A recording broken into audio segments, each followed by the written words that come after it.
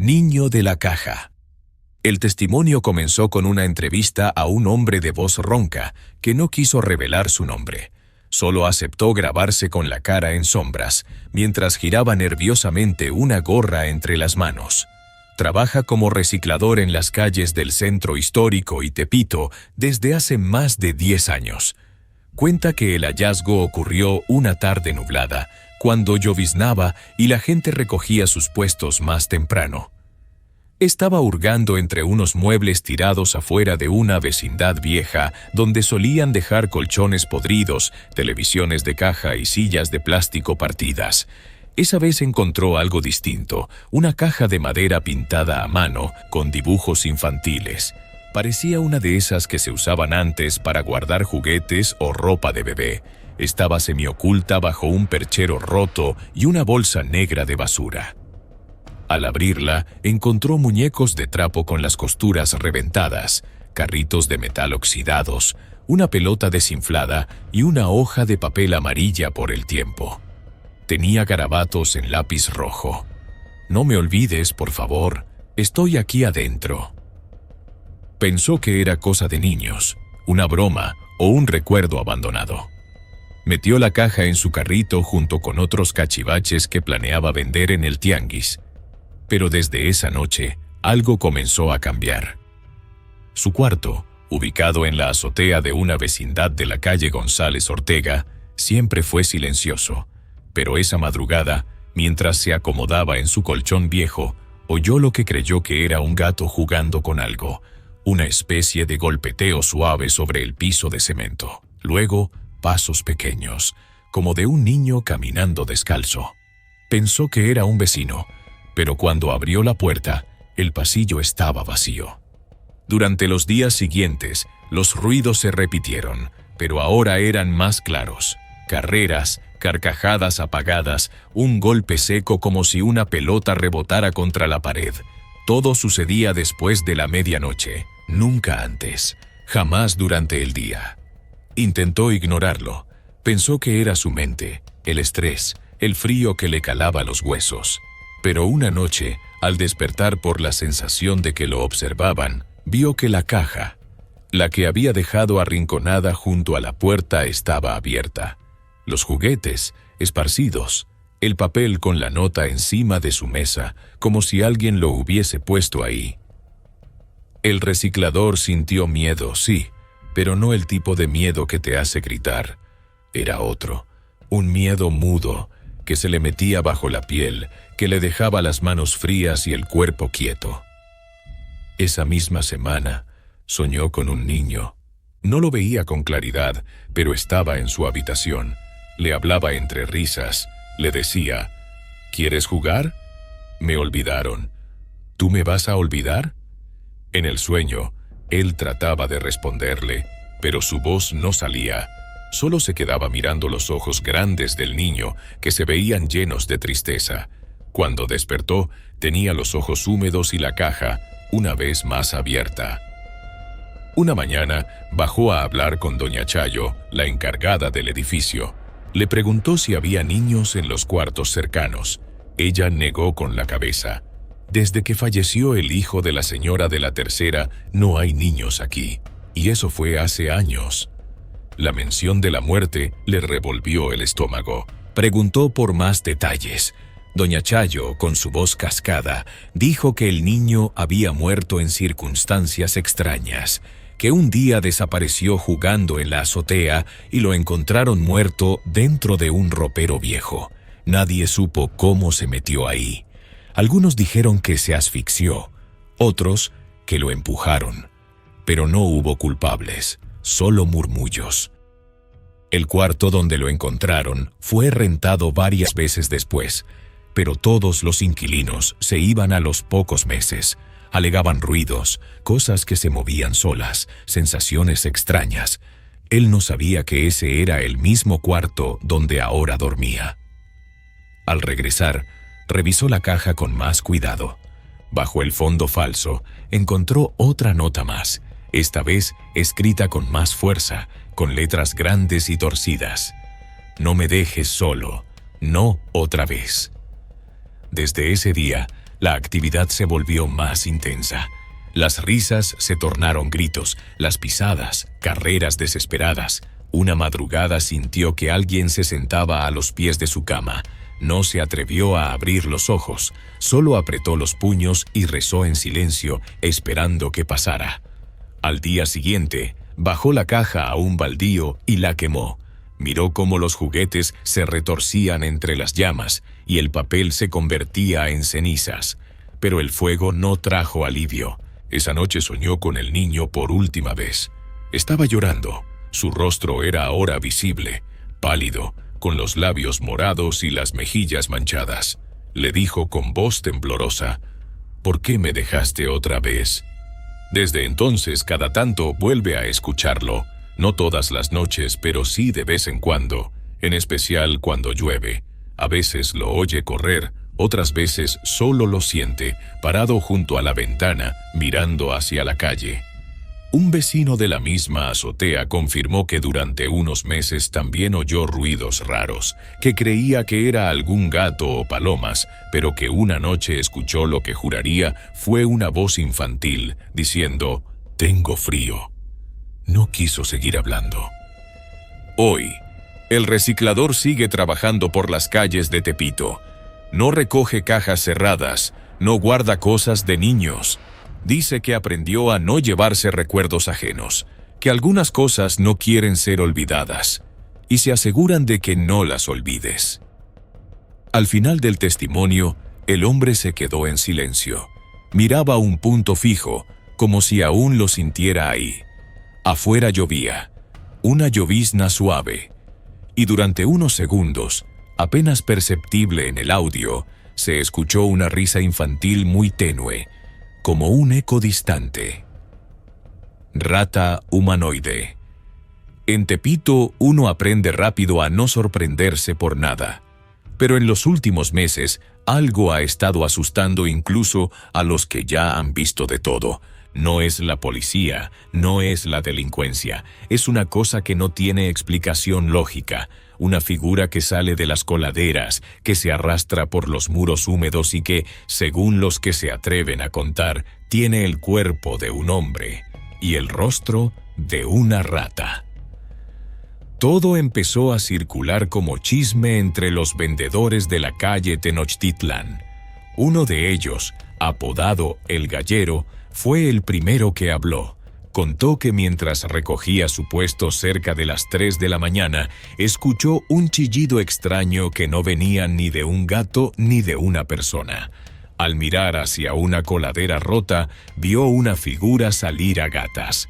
Era flaco pero fuerte, caminaba como persona, pero la cara era de rata, güey.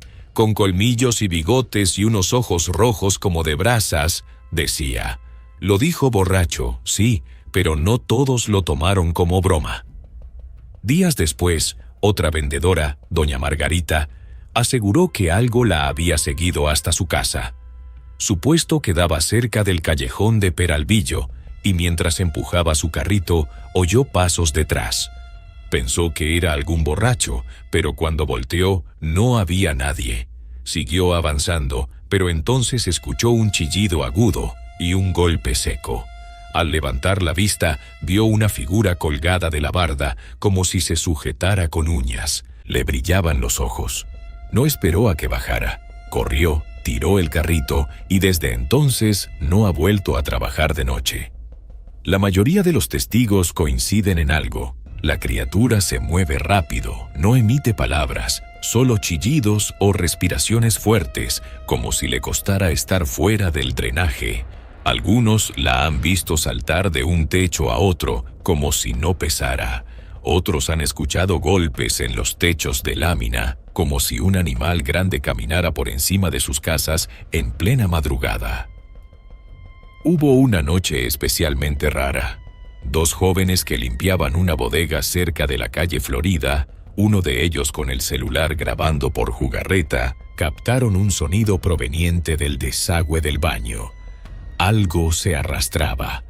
El celular grabó durante 7 minutos. Primero fue un chillido, luego el rechinar de uñas o garras contra el concreto. Después, una figura que se asomó por la rejilla del piso. No salió por completo, pero se alcanzó a ver un hocico alargado, dientes afilados y ojos que brillaban con la luz del foco.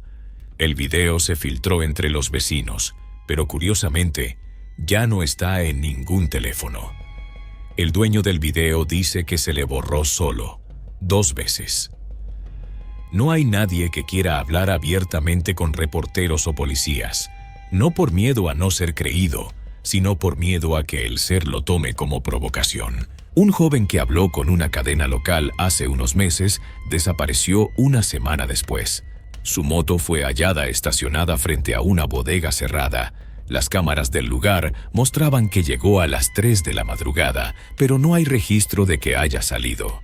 Solo 1 minuto de grabación con interferencia y luego la cámara regresa a su estado normal, enfocando la calle vacía. Un grupo de skaters que usa el techo de un mercado para grabar videos también tuvo su encuentro. En medio de una toma, el más joven del grupo interrumpió la grabación gritando. Asegura que, al revisar una esquina, vio a una figura humana encorvada, cubierta de algo parecido a pelaje, con los brazos demasiado largos y la cara alargada y húmeda como de animal mojado. Al gritar, la criatura corrió hacia el borde del techo y saltó, pero no cayó. Brincó de una azotea a otra, como si supiera perfectamente a dónde ir, dijo. El video fue subido a redes sociales, pero la cuenta fue cerrada pocos días después sin explicación. Los puestos que rodean la zona de la Lagunilla también han reportado mercancías movidas, bolsas rasgadas por algo que parece garras y una especie de baba espesa en las orillas de los drenajes. Algunos dueños han optado por poner tapas de acero reforzado en las alcantarillas que rodean sus puestos, pero eso no ha detenido al visitante nocturno. En una vecindad cercana a la calle Matamoros, una familia reportó escuchar arañazos detrás de la pared del baño durante varias noches seguidas. Al principio pensaron que era una plaga de ratas, pero una madrugada, al romper parte del muro por mantenimiento, encontraron un pequeño túnel hecho entre ladrillos y en el fondo una figura acurrucada. Dicen que los ojos se abrieron de golpe y los chillidos hicieron que salieran corriendo. Cuando regresaron con más vecinos, el hueco ya estaba vacío, pero quedaban huellas en el polvo del suelo y un olor a descomposición. Un exmilitar que ahora trabaja como vigilante en un depósito de electrodomésticos afirmó haber disparado contra la criatura. Dice que la vio encorvada sobre un refrigerador, comiendo algo. Pensó que era un ladrón, así que gritó y disparó al aire. La figura levantó la cabeza. No tenía nariz, solo 2 orificios, boca alargada, dientes amarillos. Parecía un maldito cruce entre hombre y roedor. Disparó otra vez, esta vez directo. La criatura se dejó caer al suelo, pero no se le halló sangre, solo una línea de baba oscura que iba hasta una coladera. Los jefes lo callaron. Le pidieron que no mencionara nada si quería conservar su trabajo. Los rumores han llegado a tanto que algunos creen que no es una criatura única, sino una especie entera que vive en el subsuelo. Otros aseguran que es el resultado de rituales de brujería que se practicaron en los años 80, cuando los drenajes fueron usados por sectas que se ocultaban de la policía. Se habla de sacrificios, de niños desaparecidos, de pactos oscuros. Las leyendas urbanas se mezclan con los testimonios actuales, y lo único claro es que nadie quiere ser el siguiente en encontrarse cara a cara con eso. Lo que sí se repite es que, cuando se le ve, el ambiente cambia. Hay un silencio repentino. Los perros dejan de ladrar. Las luces parpadean. Y luego, el chillido. Un sonido agudo que no se parece a nada que deba existir en este mundo. Hoy, hay puestos que cierran más temprano, vecindades que reforzaron sus coladeras, vecinos que ya no duermen con la ventana abierta. Todos en Tepito dicen lo mismo. No es que uno crea o no crea, es que nadie quiere ser el siguiente en mirar por una rendija del suelo, y encontrar que los ojos que lo miran no son humanos. Trato con el diablo. En los callejones más apretados de Tepito, donde el comercio nunca duerme, los rumores caminan más rápido que la gente. Uno de esos rumores es el de un hombre al que todos llaman simplemente el Señor del Puesto 7. Nadie conoce su nombre real, pero todos saben dónde está su lugar. Bajo una lona roja desteñida y rodeado de productos que siempre parecen nuevos, atiende desde temprano hasta que cae la noche. Cuentan que su puesto no cierra nunca por falta de mercancía. Mientras otros tienen que reabastecer cada semana, él siempre tiene cajas listas. No importa si hay operativo, si el proveedor falla o si el dólar sube. Su mercancía permanece impecable, siempre atractiva, siempre en cantidades inagotables. Lo extraño comenzó a comentarse en voz baja. Una señora mayor, vendedora de ropa usada, decía haberlo visto hablar solo en medio de la noche mientras acomodaba las cajas. Otro, un joven que vendía accesorios, aseguraba haber oído un idioma que no era español, ni ningún otro que pudiera identificar. Era gutural, seco, como un murmullo detrás del aire. Una madrugada, uno de los vigilantes del mercado, al hacer su ronda, vio al hombre arrodillado frente a su puesto, con una vela negra encendida. Pensó que era una broma o alguna superstición para limpiar la envidia, como suelen hacer algunos comerciantes. Pero lo que lo inquietó fue que, al acercarse, el puestero no se movió ni levantó la cabeza, y lo que murmuraba no parecía oración alguna. Fue a partir de esa noche que comenzaron los rumores del trato. Un muchacho que limpiaba por las mañanas encontró varias veces marcas extrañas en la lona del puesto, figuras como garras, símbolos que desaparecían al tocarlos, manchas oscuras que nadie más veía. El hombre nunca hablaba de eso. Cuando le preguntaban por qué su mercancía no se agotaba, respondía con una sonrisa forzada: «Mientras ustedes duermen, yo trabajo más duro». Lo verdaderamente inquietante lo relató un viejo amigo suyo, un hombre que había comenzado con él en el mismo mercado, vendiendo discos pirata. Aseguró que una noche, después de una borrachera, el puestero le confesó lo que había hecho. Dijo que estaba desesperado, que las deudas lo ahogaban, que su esposa lo había abandonado con 2 hijos pequeños. Entonces una noche, borracho y llorando, entró a una iglesia cerrada y gritó que haría lo que fuera por tener éxito. Dijo que escuchó una voz que le respondió desde el altar, una voz sin cuerpo, con un eco hueco. No recordaba más, solo que amaneció en su cama con la lengua adormecida y una cicatriz fresca en el pecho en forma de cruz invertida. Desde entonces, dijo, su suerte cambió. Pero cada cambio tiene un precio. El mismo hombre que lo oyó confesarse dijo que el puestero comenzó a cambiar con los años. Su piel se volvió más pálida, sus ojos más hundidos. Nunca dormía. Tenía moretones en los brazos sin razón aparente, arañazos que sangraban sin dolor. Una vez, en medio de una conversación, se quedó en blanco, como si alguien hablara dentro de él. Cuando volvió en sí, no recordaba nada. Una madrugada, mientras descargaban mercancía, 2 comerciantes lo vieron llegar cargando una caja muy pesada. Le ofrecieron ayuda, pero él dijo que no podían tocarla. Afirmó que era algo prestado, no suyo.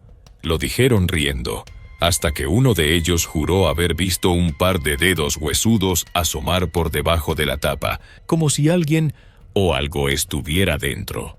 A la mañana siguiente, la caja ya no estaba, y el suelo donde había estado tenía marcas de quemaduras. Lo más perturbador fue lo que encontraron en su cuerpo una vez. Un joven aprendiz que dormía en una colchoneta al fondo del pasillo oyó al hombre gritar durante la noche. Al acercarse, lo vio tendido sobre su cama improvisada, con la camiseta empapada de sangre. Lo despertó de inmediato y lo ayudó a levantarse. Tenía marcas en la espalda, letras torcidas, escritas como con cuchillo. No decían nada coherente, pero cada vez que aparecían, al día siguiente las ventas del puestero se multiplicaban.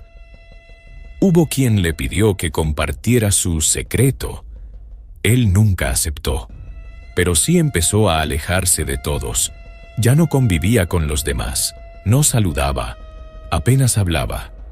A veces se le veía parado frente a su altar improvisado, una figura pequeña de la Santa Muerte, pero con una capa roja hecha con tela que nadie sabe de dónde salió. Lo más raro, al prender la vela frente a ella, el humo iba en dirección contraria al viento. Una madrugada, unos jóvenes que pasaban borrachos intentaron robarle mercancía. Las cámaras de seguridad de un local vecino captaron el momento. Se ve a los muchachos acercarse, levantar unas mochilas y luego, sin razón aparente, salir corriendo gritando. Uno de ellos tropezó y al caer quedó convulsionando por varios minutos. Cuando se le preguntó qué vio, no pudo explicarlo. Solo repetía, no tenía rostro y me estaba esperando. Desde entonces, pocos se atreven a acercarse demasiado a su puesto de noche. Algunos clientes le compran por la mañana, pero evitan mirarlo a los ojos. Dicen que en ellos se ve algo más, algo que no parpadea, un reflejo que no es humano. Una noche de lluvia, un niño se perdió entre los pasillos del mercado. La madre, desesperada, gritaba pidiendo ayuda. Varios comerciantes comenzaron a buscarlo. Fue el puestero quien lo encontró, pero lo que dijo el niño después fue lo que heló a todos. Dijo que un señor alto le había dicho que no llorara, que pronto lo recogerían los del otro lado. Cuando le preguntaron cómo era ese señor, señaló el puesto 7.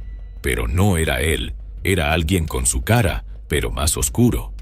Días después, el puestero se ausentó una jornada entera. Algunos pensaron que por fin había cerrado, pero a la mañana siguiente su mercancía estaba de nuevo en su lugar, acomodada exactamente igual que siempre. Lo inquietante fue que ningún vigilante lo vio entrar, nadie supo cómo llegó. Los que lo conocen bien dicen que ya no es el mismo, que no envejece igual, que cada vez habla menos y sonríe menos, pero su mercancía sigue ahí, siempre nueva, siempre completa. Algunos aseguran que cada mes, en la misma fecha, se le ven nuevas marcas en la piel. Otros creen que tiene que entregar algo a cambio, que su alma no fue el único precio. Lo cierto es que en Tepito, donde los pactos son de palabra y las leyendas viven en los muros, hay un puesto que nunca cierra, un hombre que nunca descansa y un rumor que nunca muere, el del que vendió su alma al diablo y aún no termina de pagar. Oración en lengua muerta. No hay mucha gente que se detenga a hablar con los indigentes en Tepito. La mayoría los esquiva, les huye la mirada, fingen llamadas. Pero a veces, uno se queda sin pretextos. Eso le pasó a Rosario una mañana de jueves, mientras esperaba el camión frente a una tienda cerrada. Un hombre de barba larga, flaco, pero con una mirada extrañamente lúcida, le pidió algo de comida. Rosario sacó una torta de su mochila, una que su mamá le había preparado y se la dio, sin esperar nada. Él la tomó con ambas manos, sonrió sin dientes, y antes de irse, le colgó al cuello un escapulario sucio, con una imagen borrosa que apenas podía distinguirse. Gracias, señorita, que la proteja, aunque no todos quieran eso. Rosario no le dio importancia. El escapulario olía a viejo, pero algo la hizo no tirarlo. Ese día lo guardó en su blusa sin pensar más. Esa misma noche empezó lo extraño. Sus padres la escucharon murmurar en voz baja mientras dormía. Al principio pensaron que soñaba, pero los murmullos se hicieron más constantes, más nítidos. Palabras que no reconocían, fonemas guturales como si fueran de otro tiempo. Cuando la despertaron, Rosario se mostró confundida, pero sus manos estaban cubiertas de tierra seca como si hubiera estado cavando. ¿Tú te saliste anoche?, le preguntó su madre. No, Dormí toda la noche, creo. Al día siguiente, en la escuela, una compañera notó que Rosario tenía los nudillos oscuros y las uñas con tierra aún seca en los bordes. Ella no sabía explicarlo. Tampoco recordaba haber salido. Esa noche, antes de dormir, su madre intentó quitarle el escapulario. Rosario gritó y abrió los ojos de golpe. «¡No me lo quites!», lo dijo con una voz que no era la suya. Grave, lejana, como si viniera de alguien más. Su madre se retiró, asustada. Esa noche, la familia entera se despertó con ruidos, sonidos de uñas rascando el concreto, golpes secos en las paredes, y otra vez, Rosario murmurando en esa lengua desconocida, con un ritmo casi religioso, casi como una letanía. Por la mañana, el patio trasero tenía tierra removida, como si alguien hubiera excavado con las manos. No había huellas, solo las marcas de dedos, de uñas, incluso de palmas. Rosario se levantó con la cara manchada de polvo. La llevaron a un médico, a un psicólogo. Nada. Los análisis decían que estaba sana, solo decían que estaba estresada. El cura de la parroquia de la calle Peralvillo aceptó verla después de que los padres insistieran. Rosario llegó en silencio, el escapulario colgando en su pecho. Al verlo, el cura retrocedió. No quiso tocarlo. «Eso no es católico. Esa imagen, eso no es ningún santo». Pero Rosario ya no reaccionaba. Su mirada se perdía. Respondía en esa lengua incomprensible. Cuando la intentaban tocar, hablaba más fuerte. Cuando se le acercaban con agua bendita, lloraba sin lágrimas. Un día, desapareció durante la noche. Dejaron la puerta cerrada con llave, pero al amanecer, su cama estaba vacía y la puerta sin forzar. Afuera, la tierra del jardín tenía más hoyos y una figura de ramas atadas con hilo rojo colgaba del árbol de la esquina. Volvió sola al mediodía, con los pies llenos de barro y una sonrisa ausente. Alguien la vio en la madrugada, caminando entre los puestos cerrados del tianguis, murmurando en su idioma muerto, tocando paredes como si buscara algo enterrado. Fue entonces cuando los vecinos empezaron a hablar. «Eso no es la niña. La lengua que habla se parece a lo que decían los curanderos antiguos, los de antes de la colonia». Una señora que vende amuletos dice que escuchó ese idioma en un ritual de desentierro, para hablar con los que no descansan. Rosario dejó de asistir a la escuela. No hablaba más que en su lengua ajena. Se le veían los dedos hinchados, las uñas rotas. Escarbaba bajo los muebles, en las esquinas, entre las macetas. Una vez su padre la encontró hincada frente al altar familiar, rascando el piso de cemento hasta hacerse sangrar los dedos. La llevaron con una señora del rumbo, una anciana que decían sabía limpiar. Apenas la vio, se santiguó. «Esa niña anda medio ida, pero lo que trae pegado es de abajo, no es cosa de muerto normal». Intentaron quitarle el escapulario con un rezo. Rosario convulsionó. Gritó palabras con sonidos que quemaban los oídos. Una lámpara explotó y se desmayó. Pero el escapulario seguía allí, pegado a su piel, como si hubiera echado raíces. Esa noche, la anciana no volvió a su casa. Murió en la banca frente al templo, con la boca llena de tierra. Los padres de Rosario ya no sabían qué hacer. El último intento fue llevarla al hospital, pero en el taxi, Rosario se agazapó en el asiento trasero y empezó a gritar. No como un humano, gritaba como si varias voces hablaran desde el fondo de una cueva. El conductor detuvo el auto, huyó. Rosario se quedó sola. Cuando la policía llegó, la encontraron sentada en posición fetal, murmurando, con las manos enterradas en la tierra húmeda del camellón. Hoy, Rosario sigue viva. Vive en la misma casa, aunque casi no sale. No habla, no responde, solo murmura. Su padre la cuida. Su madre ya no está. Dicen que no resistió la carga. El escapulario sigue allí. Nadie puede tocarlo. Nadie ha logrado entender lo que dice Rosario cada noche. pero hay vecinos que aseguran que, si uno se queda en silencio afuera de su casa, puede escuchar las voces, no solo la de ella, sino otras más. Algunos aseguran que son los nombres de los que están enterrados bajo el barrio, los que nadie recuerda. Otros dicen que, lo que sea que encontró Rosario, no estaba muerto, solo estaba esperando. Y fue ella quien rezó la oración correcta, en la lengua equivocada. Cadáver en el mural. El mural de la calle Mineros fue creado con buena intención. Una enorme pintura de casi 7 metros que mostraba rostros de vecinos fallecidos, jóvenes caídos por violencia, ancianos que murieron durante la pandemia, y hasta un par de niños cuyos nombres habían quedado grabados en el recuerdo colectivo de Tepito. El mural servía como homenaje, como advertencia, como consuelo, pero con el paso del tiempo empezó a inquietar más que a reconfortar. El primero que habló fue un barrendero. Aseguró que, una madrugada, mientras recogía bolsas rotas frente a la pared, sintió que alguien lo miraba. Al voltear, no vio a nadie en la calle, pero sí notó que uno de los rostros pintados tenía los ojos abiertos. Un detalle mínimo, pero diferente. Al día siguiente, ese rostro estaba distinto. La boca aparecía entreabierta, como si gritara. Un par de días después, un joven fue apuñalado a unos pasos del mural. Vecinos lo reconocieron como el mismo que aparecía pintado con expresión de espanto. Dijeron que no lo habían visto en la pintura antes de morir.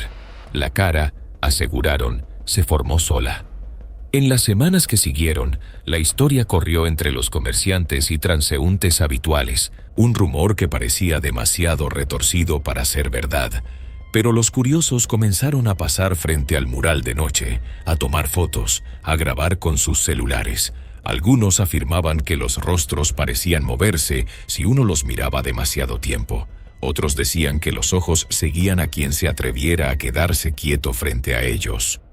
Un repartidor que solía pasar en bicicleta relató que, al frenar junto a la pared para revisar su ruta, sintió un mareo intenso. Al alzar la vista, todos los rostros parecían estar gritando. Lo dejó pasar como una ilusión por el cansancio, hasta que 2 días después supo que uno de sus conocidos fue atropellado justo ahí, junto al mural. El rostro de la víctima apareció pintado con detalles exactos que ningún artista callejero podría haber conocido. Un lunar sobre la ceja, una cicatriz en la mandíbula. Nadie lo había pintado. Ninguno de los grafiteros del barrio lo reconoció como propio. Es más, algunos aseguraban que la pintura cambiaba incluso si se le aplicaba otra capa encima. Una vez taparon un rostro con una figura de flores, pero al día siguiente, el rostro había reaparecido, con más fuerza, con más dolor. Una vecina del edificio contiguo, doña Inés, dijo haber soñado 3 noches seguidas con el mural. En el sueño, los rostros le hablaban en susurros, le pedían ayuda. Uno, en particular, le gritaba que lo sacara de la pared. Era el rostro de su sobrino, quien seguía vivo. Lo llamó de inmediato, le pidió que no saliera esa semana. El muchacho, creyendo que su tía deliraba, ignoró el consejo. Lo encontraron colgado en el cuarto de azotea días después, y su cara, pintada en medio del mural, apareció al amanecer siguiente con los ojos desorbitados y la boca abierta como si aún gritara por dentro. Las autoridades, alertadas por la paranoia creciente, mandaron a cubrir el mural con una lona blanca, pero el material amanecía roto cada noche, rasgado desde dentro, como si los rostros buscaran salir. Intentaron raspar la pintura, pero debajo de cada capa aparecían nuevas caras. Algunas conocidas, otras que nadie podía identificar, al menos no en ese momento. Un grupo de jóvenes que hacían transmisiones en vivo para redes decidió grabar durante la madrugada. Instalaron una cámara fija apuntando al mural y se escondieron en un cuarto contiguo. Durante varias horas no pasó nada, pero a eso de las 3 de la mañana, en el silencio absoluto, se oyó un golpeteo suave, como uñas contra cemento. Luego, una de las figuras del mural giró ligeramente la cabeza, solo unos grados, pero lo suficiente para ser captado por la cámara. El video se viralizó. Miles vieron el momento exacto en que el rostro de una mujer, que nadie reconocía, abría lentamente la boca. Al día siguiente, una vendedora de tamales murió asfixiada a solo metros del mural. Su cara, idéntica a la del video, apareció esa noche en la esquina inferior del muro. Las autoridades, abrumadas por el miedo colectivo, retiraron el mural por completo, tumbaron la pared, pero en la superficie expuesta, el concreto agrietado reveló formas que parecían antiguas. Rostros en relieve, hundidos como marcas de presión. Algunos dijeron que era coincidencia, que eran marcas de humedad. Otros no estaban tan seguros. Una historia de los años 60, rescatada por un cronista local, hablaba de un muro maldito en esa misma dirección. Decía que durante una redada violenta en tiempos de represión, varios cuerpos desaparecieron sin dejar rastro. Los testigos, que entonces eran niños, hablaban de gritos saliendo del concreto y de figuras atrapadas en las paredes de los vecindarios. El lugar donde estuvo el mural fue sellado. Hoy hay un negocio de celulares que opera ahí, pero cada tanto algún cliente asegura que las vitrinas vibran levemente sin razón. Otros creen ver reflejos en los cristales que no corresponden con nadie en la tienda. Y una empleada confesó que, en la bodega del fondo, se oye de vez en cuando un murmullo largo y bajo, como si alguien llorara dentro de los muros. En Tepito, no todos creen, pero muchos evitan ese lugar cuando cae la noche, porque las caras no solo aparecían después de la muerte, a veces aparecían antes, como si el mural supiera, como si ya lo tuviera escrito. Cliente con las pupilas blancas. No hay día tranquilo en Tepito, ni siquiera para quienes trabajan en algo tan común como vender perfumes. La zona, vibrante y caótica, es también un hervidero de leyendas, secretos y cosas que a veces prefieren no ser vistas. Pero lo que le pasó a Sandra, nombre cambiado por petición, no, es una leyenda. Ella lo vivió y lo cuenta todavía con un nudo en la garganta.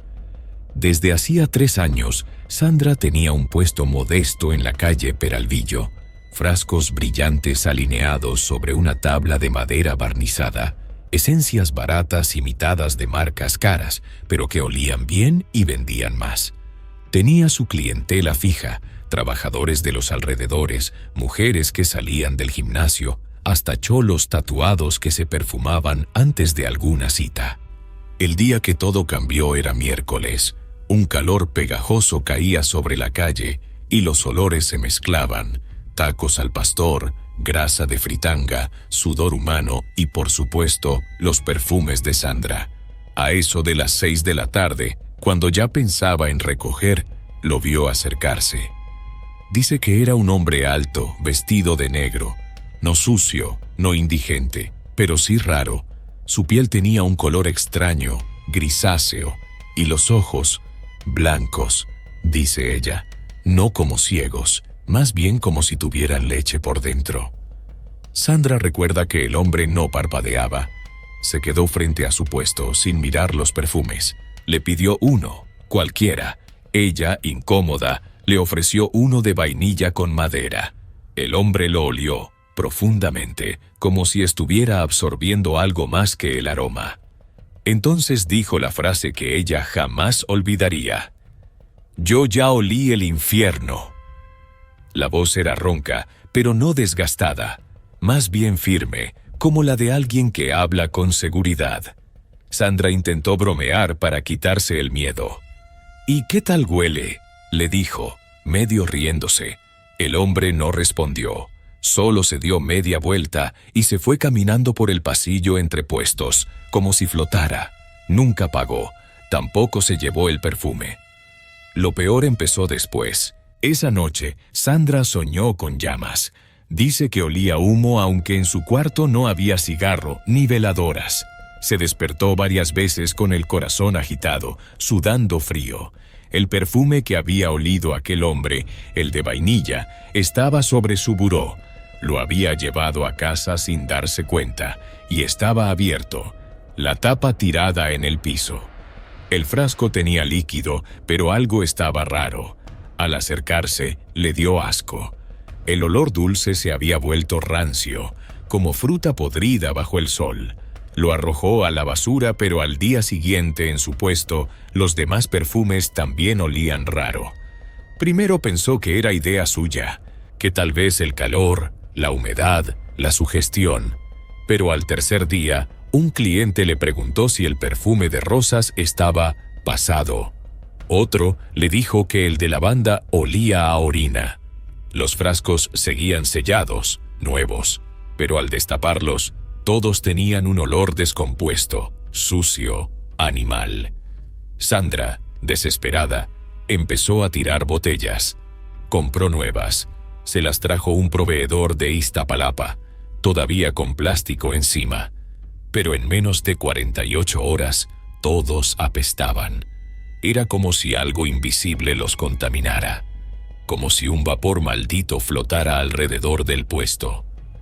Luego vinieron las moscas, pequeñas al inicio, después negras, gordas, con alas zumbonas que rondaban incluso cuando no había comida cerca. Los insectos se posaban sobre los frascos y morían ahí mismo, como si chuparan veneno. Y cada noche, Sandra soñaba con fuego.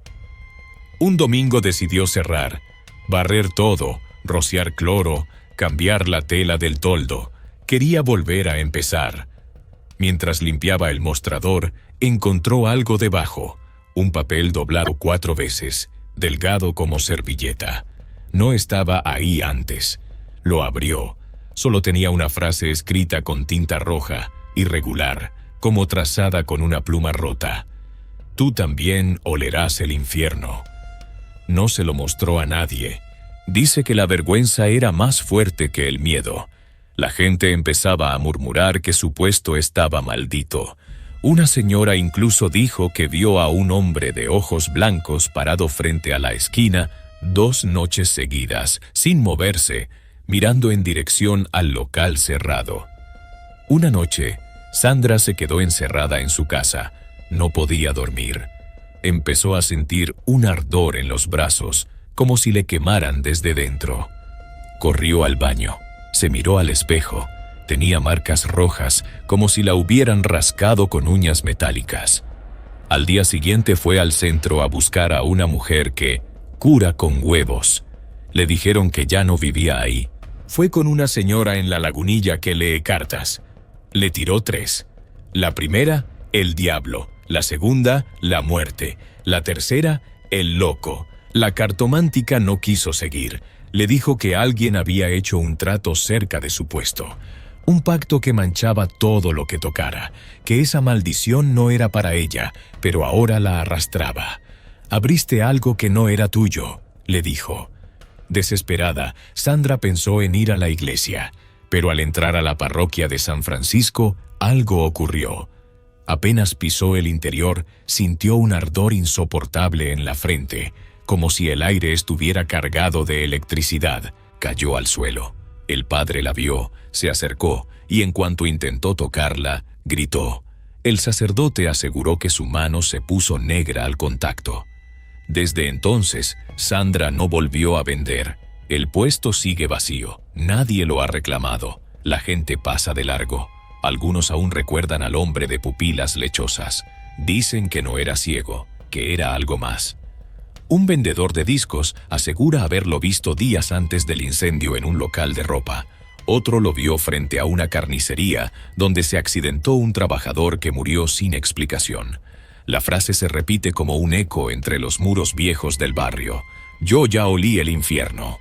Pero ahora hay quienes dicen que la frase ha cambiado, que una mujer camina por ahí, mirando al suelo, con los ojos muy abiertos y las pupilas cada vez más pálidas. Cuando alguien se le acerca a preguntar por perfumes, ella solo susurra, sin mover los labios. Y tú también lo vas a oler. Niña de los carteles. En las esquinas de Jesús Carranza y Fray Bartolomé, justo frente a un puesto de garnachas, alguien notó algo que de inmediato incomodó a los vecinos más viejos de la zona. Un cartel viejo, amarillento por el sol y la lluvia, pegado en una barda de concreto. La hoja parecía casi parte del muro, como si siempre hubiera estado allí. Pero lo raro no era el papel, era la cara de la niña. La imagen mostraba a una menor de unos 7 años, cabello oscuro peinado en 2 coletas, mirada seria, con un moño rosado que sobresalía sobre un suéter blanco. Era un rostro conocido, no por todos, pero sí por quienes vivieron en Tepito en los 90.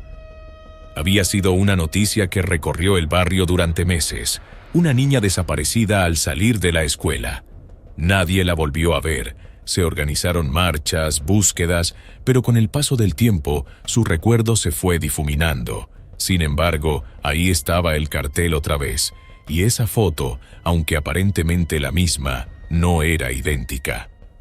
Lo primero que notaron fue la sonrisa, una sonrisa sutil, inquietante. No estaba en los carteles originales.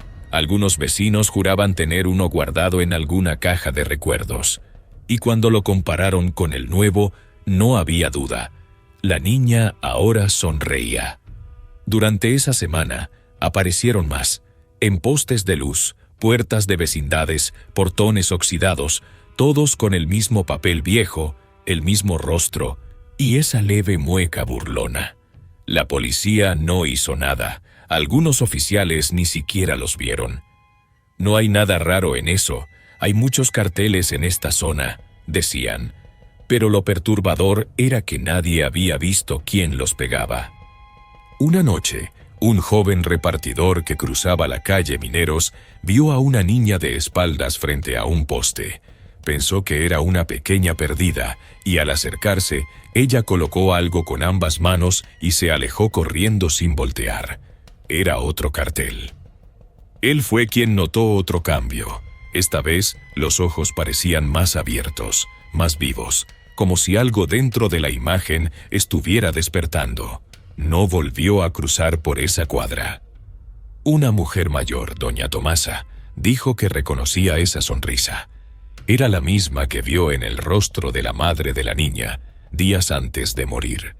La señora había envejecido de golpe, se quedó sola. Contaba que su hija le hablaba por sueños, que pronto volvería, que ya la había perdonado. Doña Tomasa vivía frente a ella y una madrugada oyó que la puerta de la casa crujía. Se asomó por la ventana y juró ver a la madre sentada en la sala como si la hubieran llamado desde dentro, pero ya no tenía ojos. Esa misma mañana encontraron a la señora muerta, sentada frente al altar, con la fotografía original de su hija entre las manos.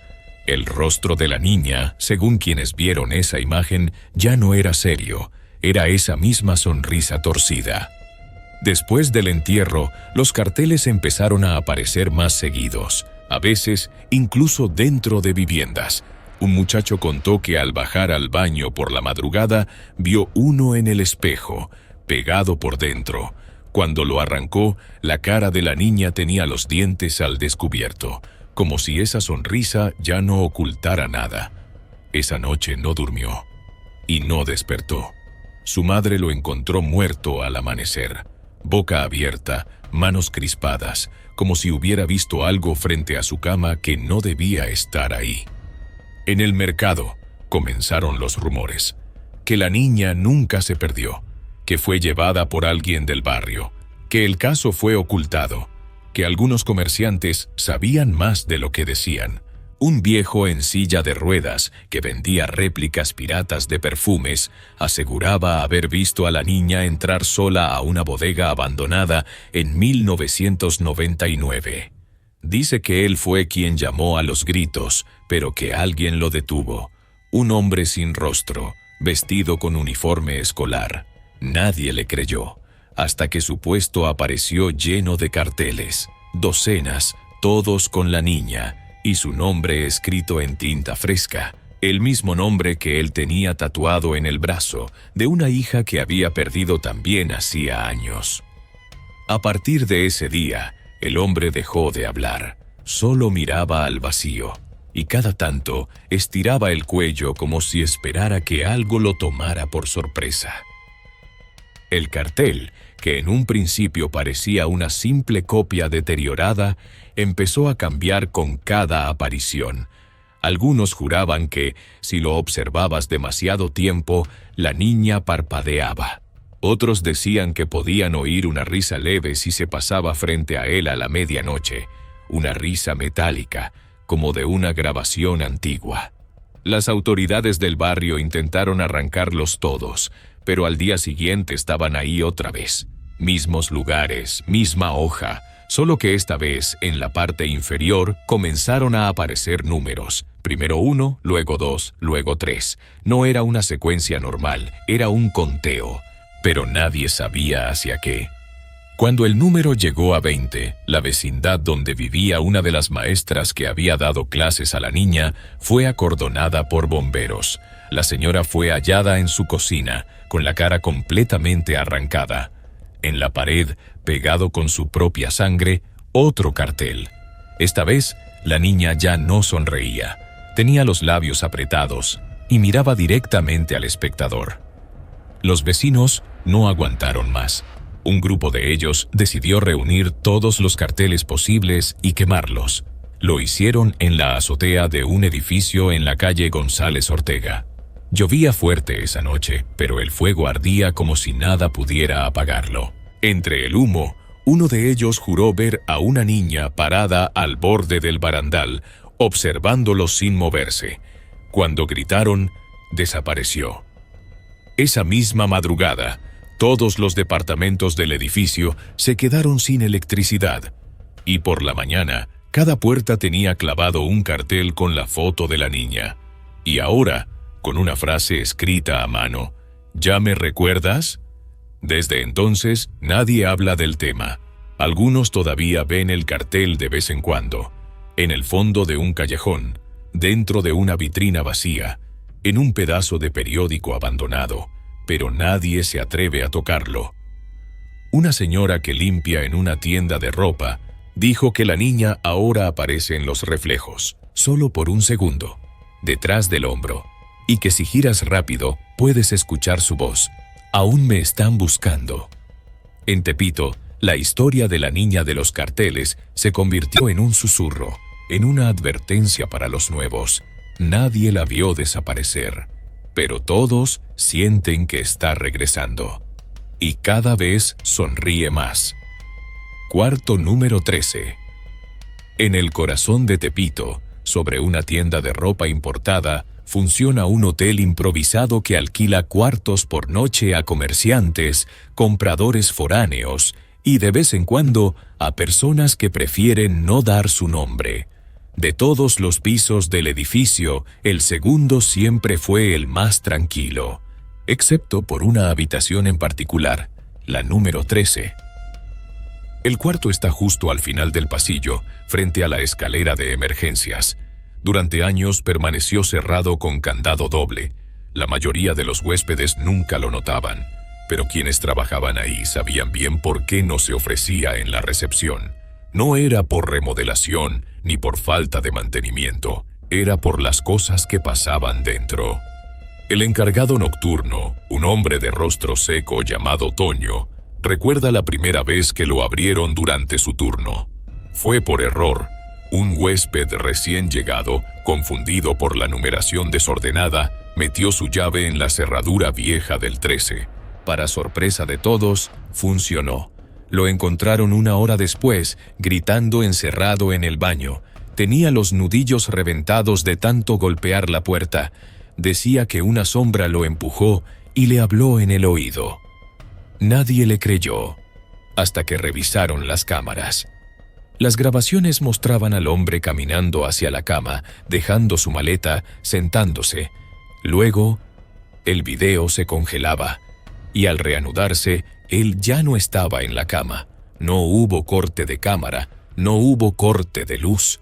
Solo 30 segundos de imagen distorsionada, como si alguien hubiese respirado muy cerca del lente. A los días, Otro huésped pidió ese cuarto a propósito. Decía que le gustaba lo oculto, que buscaba experiencias fuertes para su canal de videos. Pagó extra, firmó un papel donde eximía de toda responsabilidad al hotel. Entró con su celular grabando, transmitiendo en vivo. En menos de 5 minutos, la señal se perdió. Cuando subieron, el cuarto estaba vacío. No había sangre, no había pelea, no había nada. Solo su celular, sobre la cama, reproduciendo un audio en bucle. Una voz grave, distorsionada, repetía una frase en náhuatl antiguo. Nadie logró traducirla. El chico jamás volvió a aparecer. Desde entonces, el dueño volvió a sellar el cuarto. Nadie debía entrar, ni para limpiarlo, ni para guardar cosas. Una empleada que intentó meter ahí unas sillas rotas terminó renunciando esa misma tarde. Juró que al abrir la puerta vio una figura sentada en la esquina más alejada, una silueta agachada con las manos tapándose la cara. Pensó que era un indigente. Cuando encendió la luz, ya no había nadie. Con el paso del tiempo, los trabajadores comenzaron a notar patrones. Cada vez que se rompía el candado, aunque fuera por accidente, alguien en el edificio sufría un percance. Una huésped se cayó por las escaleras, un electricista quedó atrapado en el ascensor y cuando lo sacaron, tenía las uñas llenas de tierra y la mirada perdida. Otro empleado, que jamás entró al cuarto pero ayudó a mover muebles cerca de la puerta, murió días después en un asalto extraño. El ladrón solo le robó una cruz que traía colgando. El punto más inquietante ocurrió hace 2 años. Una familia entera rentó varias habitaciones y por error el recepcionista asignó el número 13 al hijo mayor. Se dieron cuenta cuando ya había subido con sus maletas. Cuando lo fueron a buscar encontraron la puerta entreabierta. Nadie contestaba. Al entrar, el cuarto estaba completamente limpio, sin rastros de equipaje o persona alguna. Solo había algo escrito en el espejo con la humedad del ambiente. Aquí no se entra, aquí no se sale. Las autoridades acudieron, claro, revisaron cámaras, cuestionaron al personal, pero las grabaciones mostraban un pasillo oscuro, estático, sin movimiento alguno, como si ese cuarto no existiera. Desde entonces, nadie ha vuelto a abrirlo. Los trabajadores nuevos ni siquiera saben que está numerado.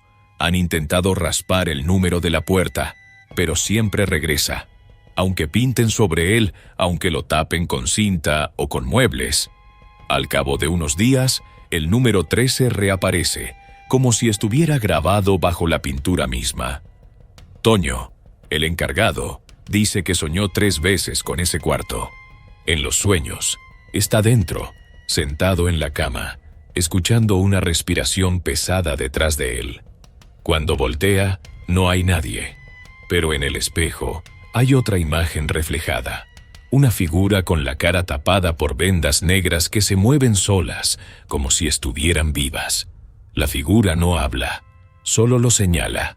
Cuando despierta, le sangra la nariz. La última anécdota registrada fue apenas el mes pasado. Una pareja de turistas preguntó por qué había un cuarto con la cerradura oxidada y cinta amarilla. La recepcionista se limitó a decir que estaba en reparación. Esa misma noche, alguien tocó la puerta del 13. 3 golpes secos, luego una pausa, luego 3 más. No había nadie registrado ahí. Los guardias revisaron el pasillo. No había señales de movimiento, pero en el suelo, justo frente a la puerta, encontraron una hoja doblada.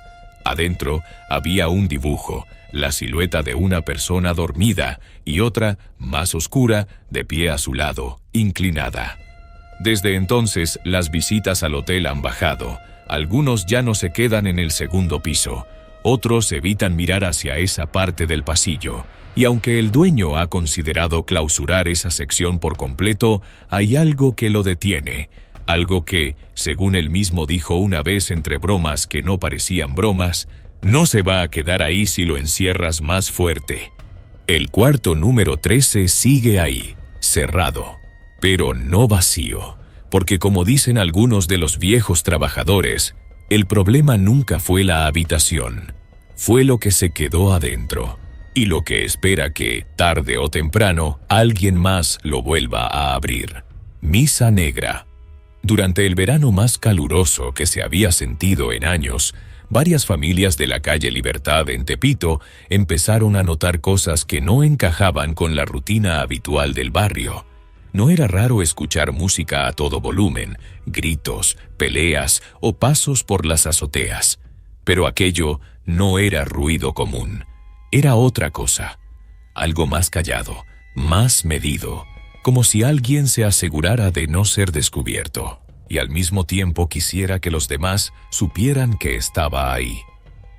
Todo comenzó una noche de sábado, cuando don Arturo, un señor mayor que siempre salía a fumar a las escaleras de su vecindad, levantó la vista al techo del edificio de al lado y juró haber visto unas figuras vestidas de negro moviéndose en círculo. Pensó que eran ladrones o cholos metidos en alguna brujería, pero no hizo nada, solo se quedó ahí, viendo cómo las figuras giraban mientras la luz de las velas parpadeaba en la oscuridad. A la mañana siguiente, los niños que subieron a jugar fútbol en la azotea fueron los que encontraron las primeras marcas, círculos pintados en lo que parecía sangre ya seca, velas negras consumidas hasta el borde, una muñeca rota en el centro del dibujo, con los ojos arrancados y la boca cosida con hilo rojo. Los adultos pensaron que era alguna broma pesada, limpiaron todo, pero al tercer día los símbolos aparecieron de nuevo, distintos pero igual de macabros, esta vez con pedazos de uñas humanas en el suelo. Nadie dijo nada, pero desde ese momento, algunos vecinos comenzaron a encerrarse más temprano y dejaron de subir a colgar la ropa en la azotea. Lo más extraño era que nadie los veía subir y nadie los veía bajar, solo los escuchaban, pasos lentos, como si caminaran descalzos, voces susurrando en un idioma imposible de identificar, un rumor que se arrastraba por los techos cuando la colonia dormía. La señora Nora, que vivía en la unidad contigua, dijo haber visto desde su ventana cómo una figura encapuchada se asomaba al borde de su azotea. No hizo nada, solo la miró fijo. Después se dejó caer hacia atrás y desapareció. El ambiente empezó a cambiar.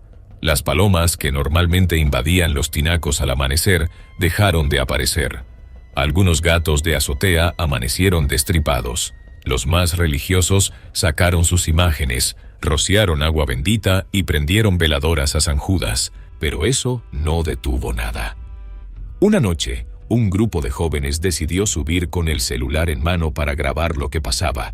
Querían subirlo a redes, hacer algo de ruido. La transmisión en vivo comenzó mostrando la azotea vacía, solo ruinas, antenas, ropa vieja colgada, y en el fondo, marcas frescas sobre el concreto. El video no duró más de 2 minutos. Se escuchó una carcajada grave, como si viniera de adentro de las paredes. Luego la pantalla se tornó negra. El celular de uno de los chicos fue encontrado al día siguiente en un charco de lo que parecía aceite quemado. Uno de ellos, el más joven, no quiso hablar por semanas. Solo decía, no eran humanos. Sus caras eran como máscaras, pero no se movían, no parpadeaban. Su familia lo mandó con un brujo de Morelos. No volvió a ser el mismo. Las autoridades fueron llamadas en 2 ocasiones. Subieron los policías, revisaron, no encontraron a nadie. Solo los restos de siempre, cera derretida, pelos humanos, huesos de aves. Tomaban fotos, bajaban y no volvían. Uno de ellos, según contó su hermana, renunció días después sin explicación. La actividad aumentó con la llegada de septiembre. Los rituales ya no eran solo nocturnos. A veces, a plena luz del día, se escuchaban cantos débiles, arrastrados, como letanías. Hubo vecinos que aseguraban que el sol se oscurecía apenas por segundos cuando aquellos cánticos empezaban.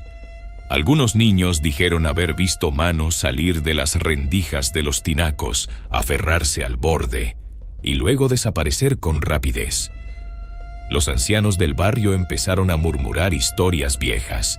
Decían que, hace décadas, en ese mismo lugar, se había realizado una misa negra para proteger a un narco de alto rango, que el brujo que la dirigió murió después de que algo se le regresara, pero que su espíritu no se fue, que seguía esperando en los techos, esperando otra misa, otra ofrenda. La familia de la señora Carmen, que vivía justo debajo del edificio principal donde más se repetían los hechos, decidió mudarse. Dijo que cada noche se escuchaban pasos encima de su cama, aunque su cuarto no tenía segundo piso. Una vez sentí que me soplaban en la nuca mientras dormía, pero no había nadie. Fue lo único que compartió antes de irse. El dueño del edificio cerró el acceso a la azotea colocando rejas y candados. Duraron una semana. Una mañana, los candados aparecieron en el suelo, oxidados como si tuvieran años de estar ahí. Nadie los rompió, nadie los quitó, simplemente se cayeron. Con el tiempo, los rituales dejaron de ser esporádicos, ahora eran semanales, siempre en luna nueva, siempre con nuevas marcas. Una vecina se atrevió a limpiar los símbolos con cloro. Esa misma noche, se desmayó mientras cocinaba. Al despertar, tenía quemaduras en los brazos y una palabra escrita con navaja en el pecho: no interfieras. Muchos intentaron grabar, documentar, denunciar, pero los archivos se corrompían, las fotos salían negras, los audios distorsionados.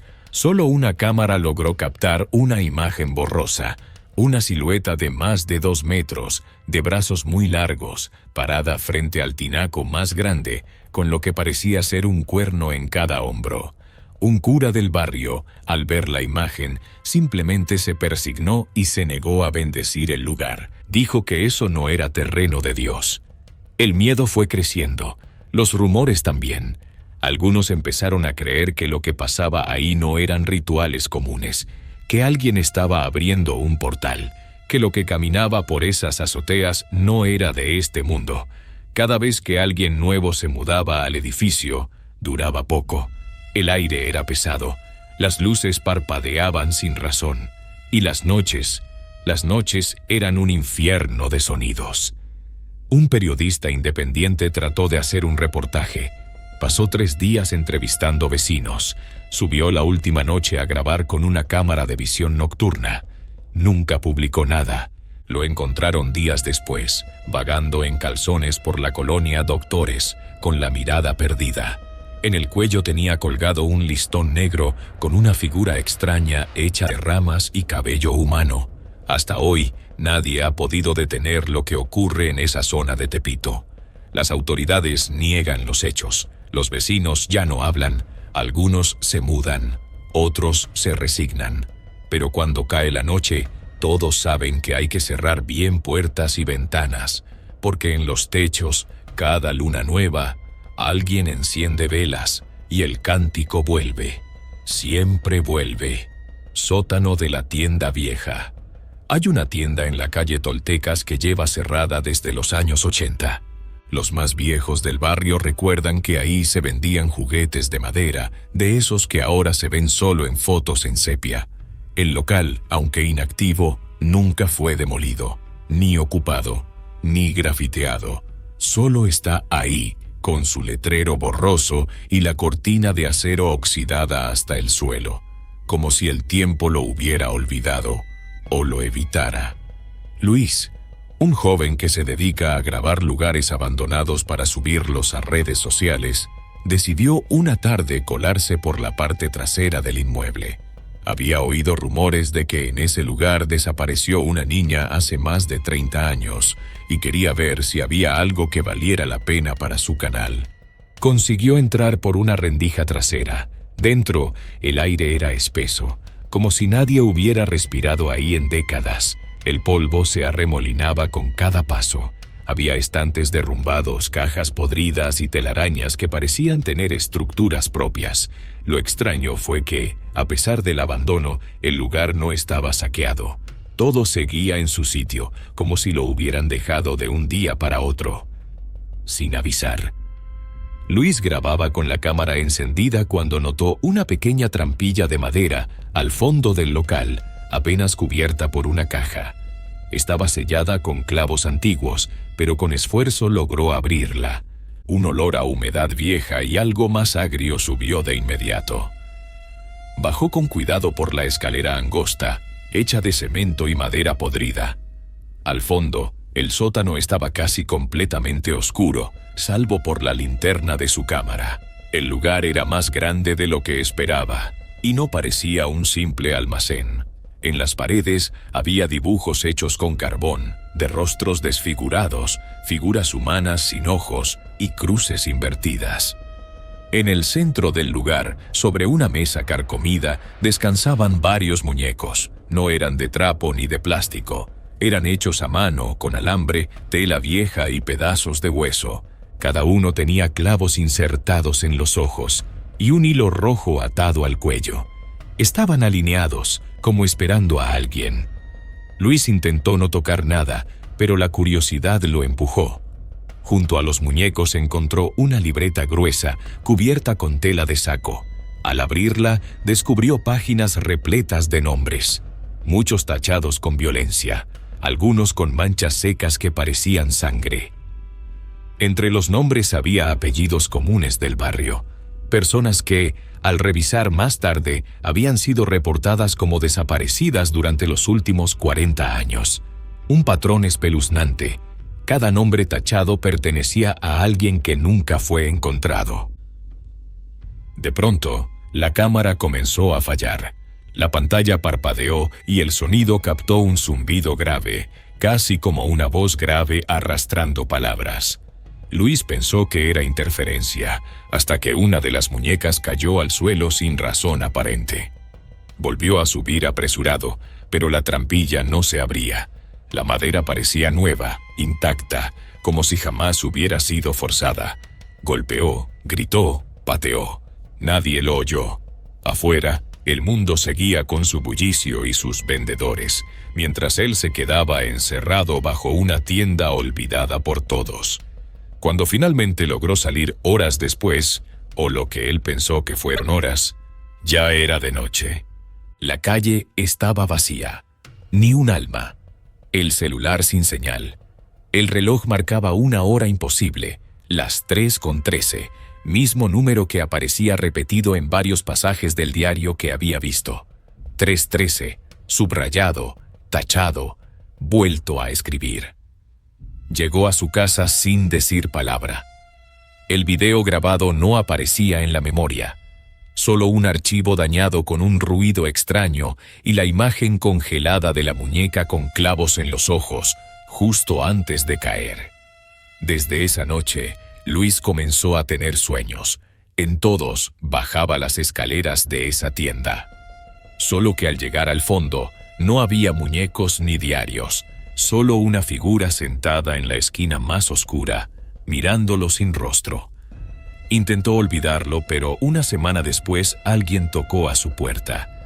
Una señora mayor, vestida de negro, le preguntó si él había entrado al sótano. Luis no respondió. Ella asintió con pesar y le entregó un papel arrugado. Al abrirlo, encontró un dibujo infantil con un muñeco igual al que vio, pero con su propio nombre escrito debajo, ya tachado con tinta roja. Nadie volvió a ver a Luis en el barrio. Algunos dicen que se fue por miedo, otros aseguran que, en la madrugada, aún se ven luces en el interior de la tienda y una figura que sube y baja por la trampilla. Los vecinos evitan mirar ese local cuando pasan. Dicen que si uno se queda viendo por mucho tiempo, escucha risas de niños y siente clavos sobre la piel, aunque no haya nada ahí. Tepito tiene memoria y no perdona a quienes abren lo que otros sellaron por una razón. Los vecinos evitan mirar ese local cuando pasan. Dicen que si uno se queda viendo por mucho tiempo, escucha risas de niños y siente clavos sobre la piel, aunque no haya nada ahí. Tepito tiene memoria y no perdona a quienes abren lo que otros sellaron por una razón.